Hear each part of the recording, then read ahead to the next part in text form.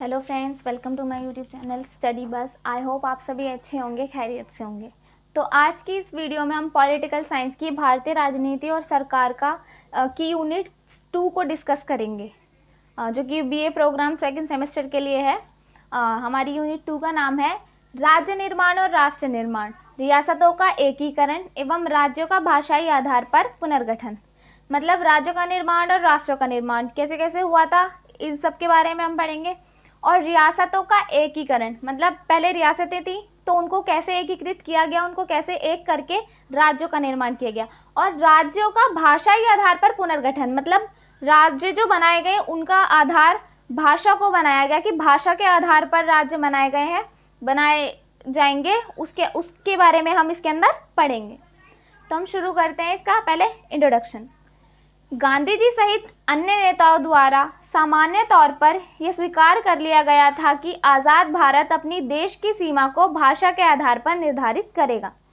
जब भारत आज़ाद हुआ 1947 में हमारा भारत आज़ाद हुआ था, तो गांधी जी और अन्य जो बड़े बड़े नेता थे उन्होंने ये स्वीकार कर लिया था कि अब जो भारत के अंदर हम देश की जो राज्यों का निर्माण करेंगे वो किसके आधार पर करेंगे, भाषा के आधार पर। मतलब जहाँ पर बंगाली बोली जाती है वहाँ पे उसको बंगाल बना दिया गया, और जहाँ पर गुजराती बोली जाती है उसको गुजरात बना दिया गया। मतलब राज्यों का निर्माण जो है वो किस आधार पर किया गया, भाषा के आधार। लेकिन आज़ादी के बाद राष्ट्रीय नेतृत्व में ये विचार व्यक्त किया गया कि देश की सुरक्षा, एकता और आर्थिक संपन्नता पर पहले ध्यान दिया जाए। अब उन्होंने तो, गांधी जी और अन्य नेताओं ने तो ये मान ही लिया था कि भाई भाषा के आधार पर राज्यों का निर्माण करेंगे। लेकिन आज़ादी के बाद राष्ट्रीय नेतृत्व के लिए लोगों ने, मतलब नेताओं ने, बड़े बड़े नेताओं ने ये भी बात रखी कि अपने विचार व्यक्त किए उन्होंने कि देश की सुरक्षा, एकता और आर्थिक संपन्नता पर पहले ध्यान दिया जाए। मतलब देश की सुरक्षा होनी चाहिए, देश एक होना चाहिए, आर्थिक संपन्न होना चाहिए, फाइनेंशियली इंडिपेंडेंट होना चाहिए, इस चीज़ पर ध्यान देना चाहिए हमारे को सबसे पहले। स्वतंत्रता प्राप्ति के साथ ही भाषाई आधार पर राज्यों के पुनर्गठन की मांग को ध्यान में रखकर संविधान सभा के अध्यक्ष डॉक्टर राजेंद्र प्रसाद ने 27 नवंबर 1947 को न्यायमूर्ति S.K. धर की अध्यक्षता में 4 सदस्यीय भाषा प्रांत आयोग का गठन किया। इसे S.K. धर आयोग भी कहा जाता था। मतलब जब ये बात होने लग गई कि भाषा के आधार पर राष्ट्रों का निर्माण किया जाएगा, तो जो हमारे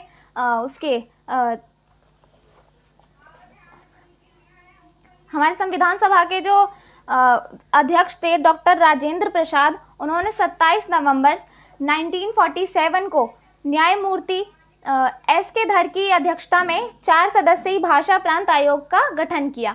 मतलब भाषा, उन्होंने ये गठन इसलिए बनाया था ताकि भाषाई आधार पर राज्यों का निर्माण किया जा सके। और इस समिति को, जो कि भाषाई आधार पर राज्य बनाने के लिए बनाई गई थी, इसे किसका नाम दिया गया था, S.K. धर आयोग। आयोग ने 10 दिसंबर 1948 को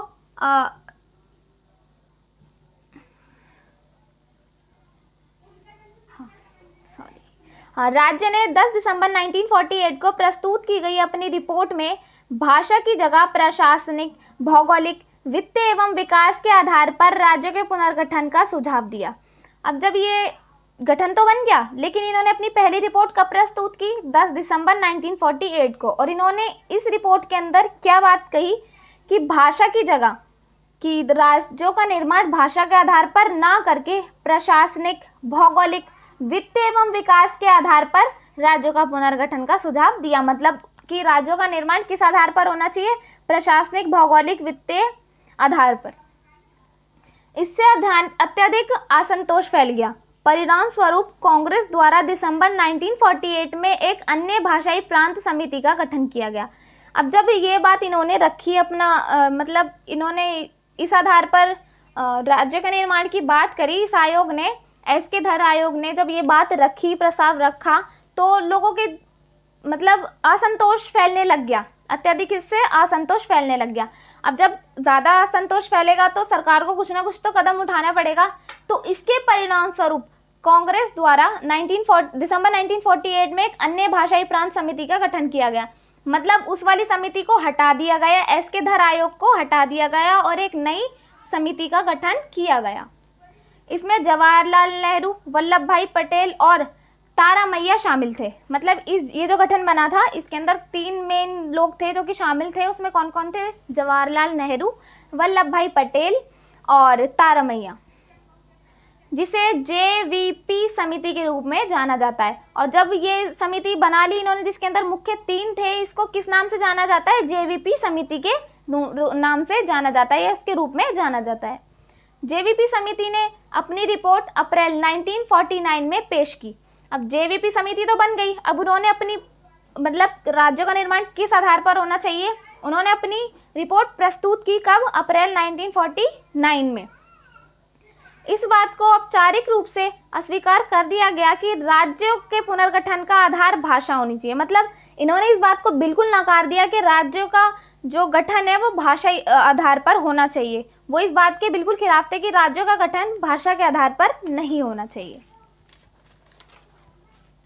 अब आगे देखते हैं हम कि भाषा के आधार पर बना प्रथम राज्य, कि आखिर वो पहला राज्य कौन सा था जो भाषा के आधार पर बनाया गया।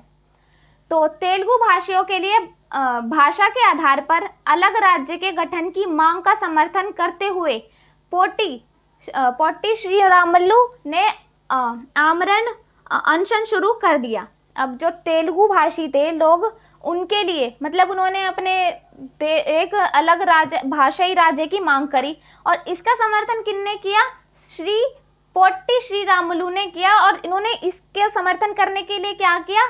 आमरण अनशन, मतलब कि वो भूख हड़ताल पर बैठ गए।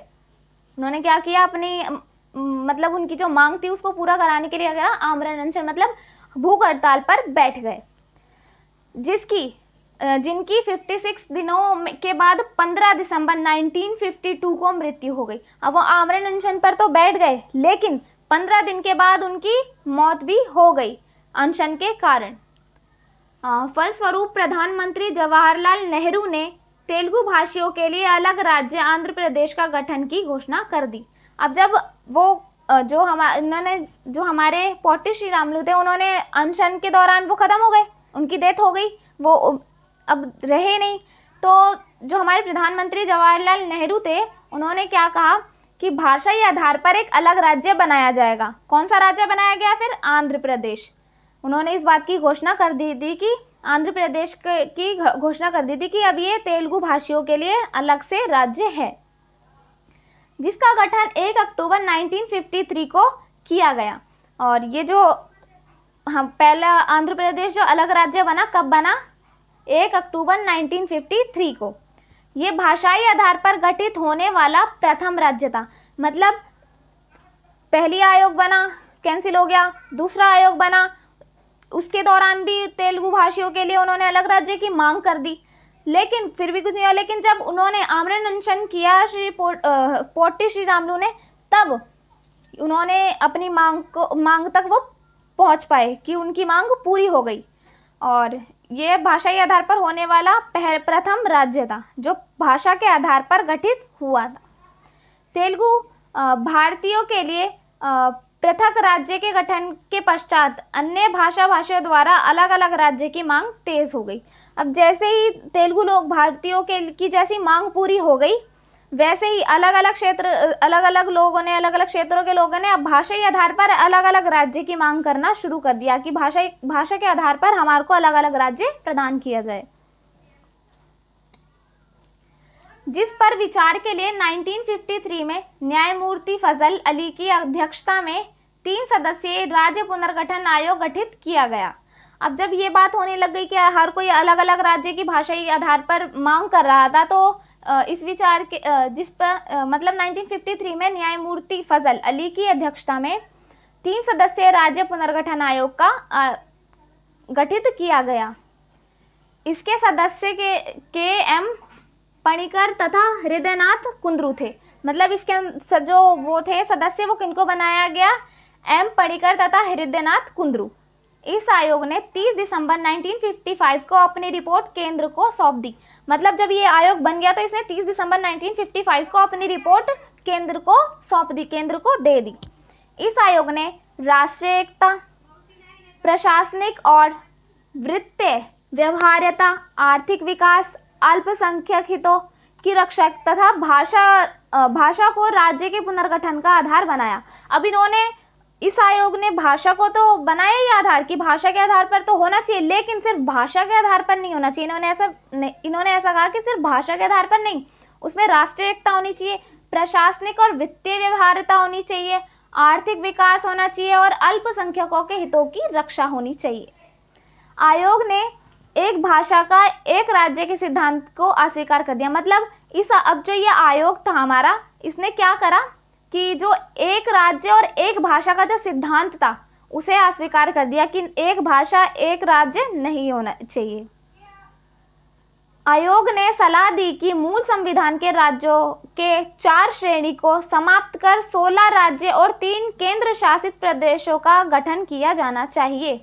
मतलब इन्होंने बात रखी कि 16 राज्य और 3 केंद्र शासित प्रदेश बना दिए जाएं। अब भारत सरकार ने इन सिफारिशों को स्वीकार किया और इस रिपोर्ट के आधार पर राज्य पुनर्गठन अधिनियम 1956 पारित किया गया। आगे देखते हैं। इस अधिनियम के अनुसार संविधान में 7वां संविधान संशोधन किया गया। मतलब जब ये बात आने लग गई सामने कि इस आधार पर राज्य का निर्माण किया जाएगा, तो इस अधिनियम के अनुसार संविधान में 7वां संविधान संशोधन किया गया और मूल संविधान के राज्यों के 4 श्रेणी को समाप्त कर 14 राज्य और केंद्र शासित प्रदेशों का गठन किया गया। मतलब उन्होंने 16 तो राज्य बना दिए गए और 14 केंद्र शासित प्रदेशों को बनाने का निर्णय कर लिया। आगे देखते हैं। 1956 के बाद बनाए गए राज्य एवं संघ शासित क्षेत्र। मतलब जब 1956 के बाद जो राज्य बने और कौन से संघ शासित क्षेत्र बनाए गए, तो देखते हैं। 14वें संविधान संशोधन अधिनियम 1962 द्वारा पांडिचेरी को भारत का केंद्र शासित प्रदेश बनाया गया। अब जो 14वां संविधान संशोधन हुआ अधिनियम जो हुआ 1962 में किया गया था, संविधान संशोधन अधिनियम 1962 जिसको कहा जाता है, तो इसमें पांडिचेरी को भारत का केंद्र शासित प्रदेश बना दिया गया। तो पहला केंद्र शासित प्रदेश हमारा कौन सा बना? पांडिचेरी। फिर 1961 में सैनिक कार्यवाही ऑपरेशन विजय द्वारा गोवा, दमन और द्वीप को पुर्तगालियों से मुक्त कराकर उसे संघ राज्य क्षेत्र का दर्जा दिया गया। अब जो गोवा था और दमन और जो द्वीप थे उसके ऊपर किसका कब्जा था? पुर्तगालियों का। अब राज्य जो हमारी भारतीय सरकार थी उसने क्या करा? पुर्तगालियों से उनको मुक्त कराया और दमन और द्वीप और गोवा को एक संघ राज्य क्षेत्र का दर्जा दे दिया। 1960 में 15वें राज्य के रूप में गुजरात का गठन कर मुंबई से गुजरात भाषी क्षेत्रों को पृथक कर दिया गया। मतलब 1960 में 15वें राज्य के रूप में 15वां राज्य कौन सा बना? गुजरात। इसका गठन करके मुंबई से गुजरात भाषी क्षेत्रों को पृथक कर दिया गया। मतलब मुंबई में जो गुजराती रह रहे थे उन लोगों को अलग कर दिया गया, वहां से हटा दिया गया। 1963 में असम से अलग कर नागालैंड को भारत का 16वां राज्य बनाया गया। अब 1963 में असम से अलग करके, मतलब असम से नागालैंड को अलग करके नागालैंड को क्या बनाया गया? एक 16वां राज्य बनाया गया। क्या बनाया गया? 16वां राज्य। 1966 में 17वां राज्य हरियाणा और केंद्र शासित प्रदेश चंडीगढ़ का गठन किया गया। अब 1966 में क्या हुआ? 17वां राज्य हरियाणा और केंद्र शासित प्रदेश चंडीगढ़ का गठन किया गया। मतलब 17वां राज्य तो हमारा हरियाणा हो गया और जो चंडीगढ़ था उसको क्या बनाया गया? केंद्र शासित प्रदेश। हिमाचल प्रदेश को पूर्ण राज्य का दर्जा 1971 में प्रदान किया गया, जो कि 18वां राज्य बना। जो हिमाचल प्रदेश था उसको पूर्ण राज्य का दर्जा दिया गया कब? 1971 में। और ये कौन सा राज्य बना? 18वां राज्य। आगे देखते हैं। 1970 में असम को पुनः विभाजित कर मेघालय उपराज्य बनाया गया। अब 1970 में असम को पुनः विभाजित करके, मतलब असम को दोबारा से विभाजित करके मेघालय उपराज्य बनाया गया। मेघालय उपराज्य बनाया गया, जिसे 1972 में मणिपुर और त्रिपुरा के साथ राज्य का दर्जा प्रदान किया गया, जिसे 1972 में मणिपुर और त्रिपुरा किया गया के साथ राज्य का दर्जा प्रदान किया गया। मतलब ये इनको भी राज्य बना दिया गया, मणिपुर और त्रिपुरा को।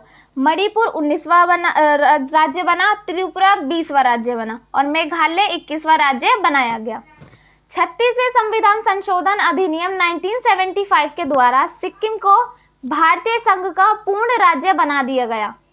मतलब जो 36वां हमारा संविधान संशोधन अधिनियम हुआ 1975, इसके द्वारा सिक्किम को भारतीय संघ का पूर्ण राज्य, एक पूर्ण राज्य का उसको दर्जा दे दिया गया। मतलब वो एक पूरा राज्य होगा, पूर्ण राज्य, जो कि कौन सा राज्य बना, 22वां राज्य बना। 1987 में भारतीय संघ में 3 नए राज्य मिजोरम, अरुणाचल प्रदेश और गोवा क्रमश 23वें, 24वें और 25वें राज्य के रूप में सामने आए। अब 1987 में भारतीय संघ में 3 नए राज्य बने। कौन से 3 राज्य बने? मिजोरम, अरुणाचल प्रदेश और गोवा, 3 क्रमश। इनको कौन कौन सी संख्या दी गई? 23वां, 24वां और 25वां। मतलब 23वां राज्य, 24वां राज्य और 25वां राज्य। सन 2000 में छत्तीसगढ़, उत्तराखंड और झारखंड को क्रमश